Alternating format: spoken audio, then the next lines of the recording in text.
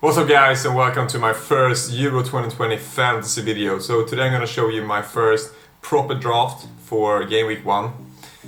When the game first came out, I made a draft with players from teams that I think had pretty good groups, pretty good fixtures throughout their groups.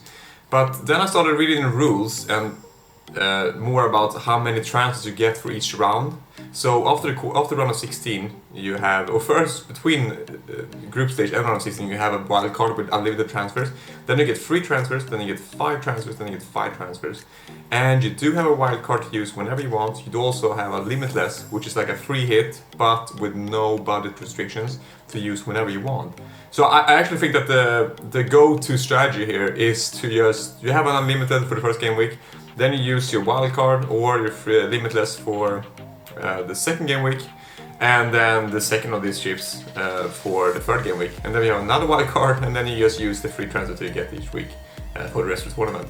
So I can just quickly show you the draft that I made first when I didn't think about the strategy too much. So I went for players from teams that I said that I think have pretty good groups. So I went for Belgium, England, I think Turkey with Yilmaz could be a good option for throughout the group stage, because I think Turkey might be a dark horse in this tournament. And then, I mean, this team is not great for the first game week. It's not amazing because some of these teams have pretty tricky games in the first game week, like England against Croatia. I think it's definitely a tricky game. So I started making, when I came up with a strategy, I started making a more proper draft where I actually target the fixtures that I think are the best. So the first team I want to target is Hungary, because I think that Hungary is definitely going to struggle in this tournament. They have the most difficult group, and also I don't think they are the greatest of teams. So I want to triple up on Portugal. I want to go for one defender, and it's going to be Ruben Diaz, just because I think they might have a very, very good chance to keep a clean sheet. And also in this game, compared to FPL, the defenders also get points for tackles, I think. And I think Ruben Diaz is definitely the safest option for that kind of stuff. So I think he's a really good option, even though he's kind of expensive, 6 million. Then of course I'm going to have Cristiano Ronaldo, because he's the main goal scorer in Portugal. He is the penalty taker, he is the talisman. Like he is obviously one of the best players ever. So I definitely want to have him in the team. And then I want to have another Portugal player as well, and a midfielder, because there's not enough striker slots. And I think Bruno Fernandes is a little bit too expensive. I haven't seen him too much playing for the national team, but I heard that he hasn't, it's not scoring too many points for the national teams in FPL wise, if you would say it like that. So I definitely want to go for Jota, because he has looked really good recently, and I hope he's going to start. He did play in the last game week in FPL, so I'm really hoping he's going to be fit to start the first game for Portugal. Obviously with all these players I need to wait as long as possible to the deadline to see which of these players are actually going to start the first game. And if they're not likely to start, or if there seems to be better options, I might switch up, but this is like the first draft. So I want to have Jota. Maybe I'll go for Bernardo Silva if Jota is not going to be able to start, or if it looks like he's not going to start. The other team I want to target is Slovakia to play against, and the first game week is Poland playing Slovakia. So I definitely want to go for some Polish players, and I'm tripling up on them as well. So I do want to have Szczesny in goal, because I think it's a good chance to keep a clean sheet. I do definitely want to have Lewandowski in a striker, because he's the main goal scorer as well for Poland.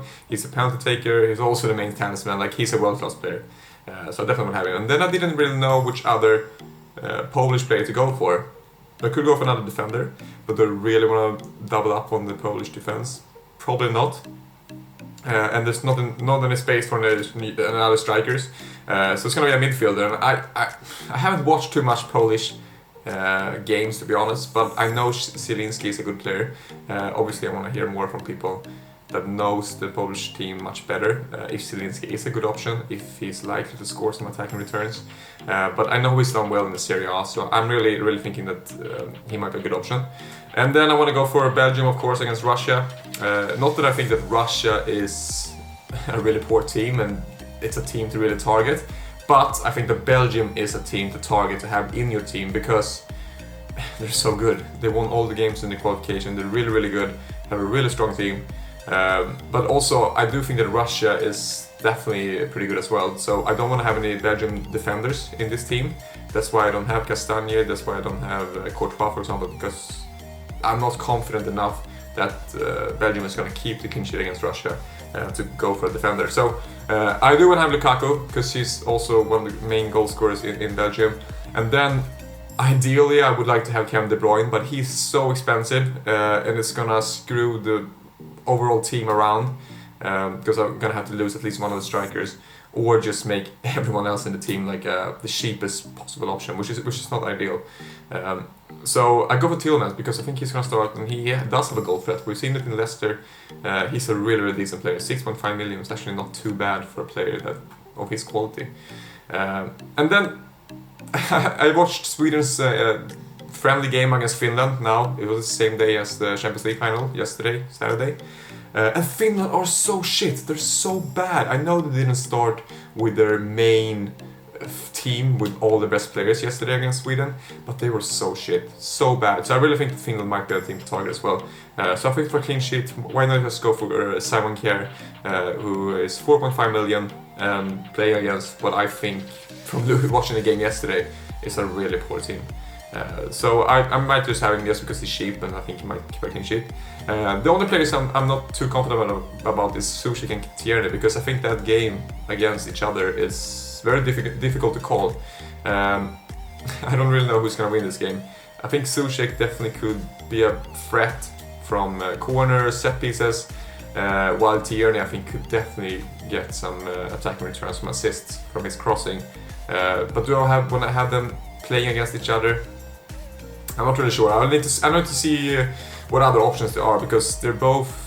Suchek is 6.5 million. There are not too many good options for 6.5 million under, and Tierney is 5 million. And there's not too many good options for 5 million either. So I need to have a look and see who I'm gonna potentially transfer them out for. But otherwise, I'm pretty happy with this team. And as you know, you can change your captain one time during the game week, pretty much, if you change into a player that hasn't played yet. So that's why it's good to have a captain that plays early, and then you can just switch if he doesn't do well. So I have Lukaku as a captain on the 12th of June. If he doesn't do well, if he only makes an assist, or maybe even if he only scores one goal and doesn't get like loads of bonus points and stuff, I might switch into Cristiano Ronaldo or Lewandowski. Probably Cristiano Ronaldo, but we'll see. It's really nice to have that option to change your captain. Last time I played the Euro Fantasy, or it was World Cup Fantasy last time, I didn't know about this, and a guy in my mini league, he knew all the rules. I mean, it's my own fault and my other friend's fault as well that we didn't read the rules, but that one friend read all the rules, and I mean, he was doing so well because he could do all this stuff like change captain. And yeah, it's just annoying, but now we know that we can change captain, which is amazing. So I'm really kind of happy with this team. Let me know what you think, and if you have any questions, let me know, and thank you so much for watching.